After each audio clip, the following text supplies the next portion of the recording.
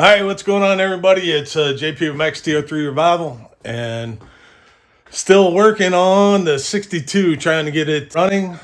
Like I said, somebody had mentioned that my firing order may be wrong from looking at one of my videos. I tried to go back and find that information, but could not. I do know I responded, so whoever that was, thank you very much, because I did check it and verified it against the motor that I have underneath the bench here. And I did have two spark plugs that were not set up the correct way. That being said, I'm going to attempt to change it over. Also, the battery was really weak, so broke out the battery charger and thought I'd give that a shot as well. So let's see how far we can get with this. Appreciate everybody tuning in. Hit that subscribe button if you can. All right, let's dive in. I get it to kick over but not run. So I'm going to try it like this and see what happens.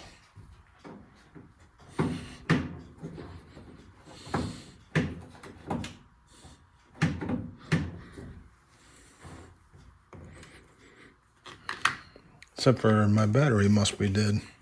You got an old school, I don't even know what this is, Schumer charger.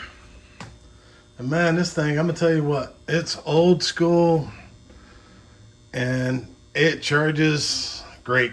So I think I was down to about 5 volts on the battery. Let's see what we get.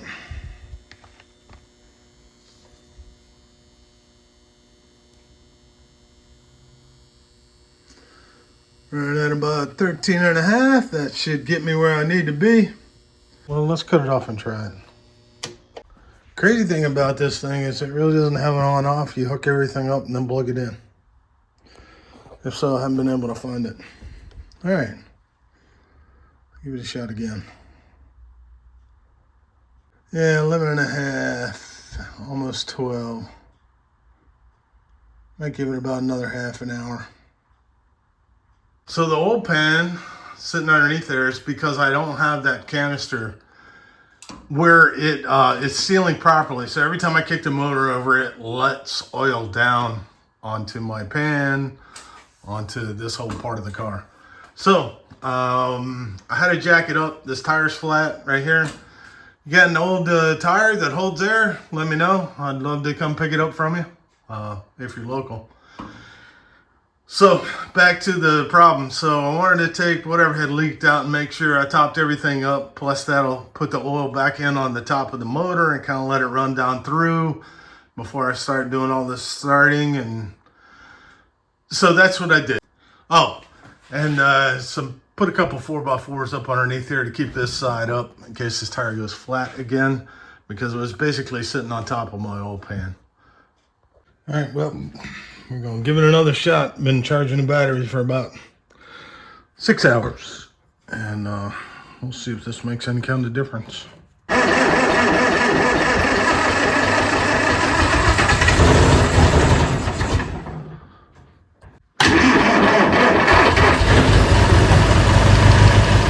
Yes! Oh, that was awesome.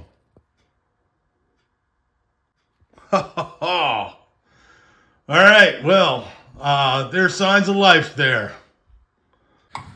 One last shot at it.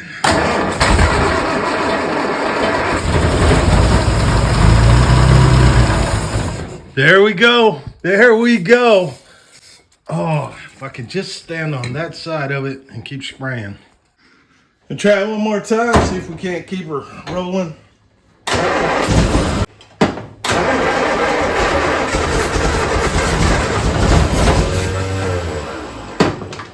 Back in here.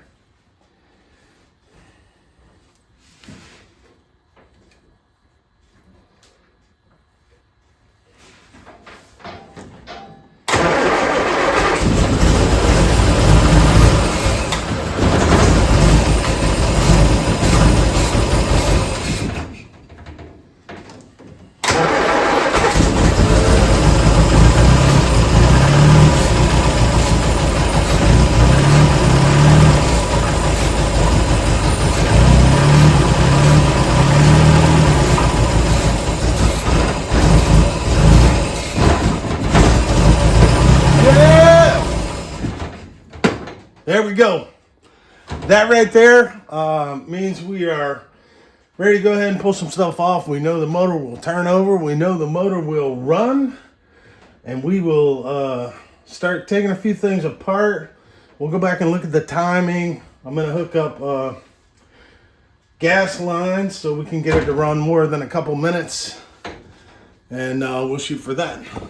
But suffice it to say that makes me very happy. And I don't remember who made the comment, but thank you very much for me to double check my firing order, because that was definitely a lot of the issue, and I'm pretty sure timing was part of it as well. So I had Shift Touch send me some info on static timing, so I got to work on that also.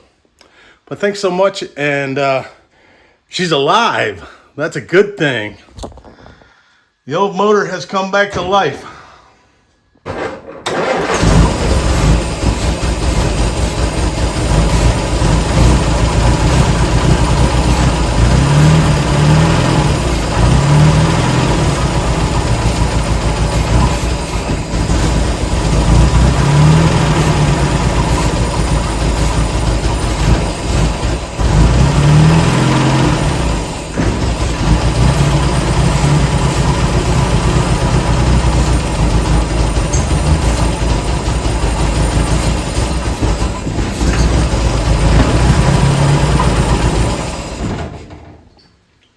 All right, so I had to do a little bit of cleanup, a little maintenance, replaced a couple of the lines because they were so brittle and broken.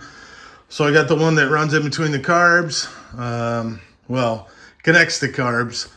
And then I got the main line coming in. I didn't connect it to the hard line because I'm gonna probably, like I said, try and get something hooked up here. All right, so this one's been a quick one, a little bit of a wrap up, which is I need to hook up a gas line to see if we can keep it idling. There's no water currently hooked up, so I need to go through and order a few parts for that, like a thermostat and some gaskets. Probably look at a carb rebuild kit so I can keep it idling just a little bit longer. Appreciate all the advice and all the help that came in from different people. You know who you are, and thank you so much. And then, so maybe we can get back to some metal work after we get that done. If I can get that running consistently, throttle pedal working, that kind of thing, then that'll be fun, because I can use that one as a rolling restoration while I work on the rest of the total restoration on the 58. So flipping back and forth is what I'll probably be doing. If I can get this one on its own power and kind of give me something to, play around with, that'll be fun. So we'll look forward to putting together some more videos for you guys, and I appreciate you being patient with me and following along. See ya.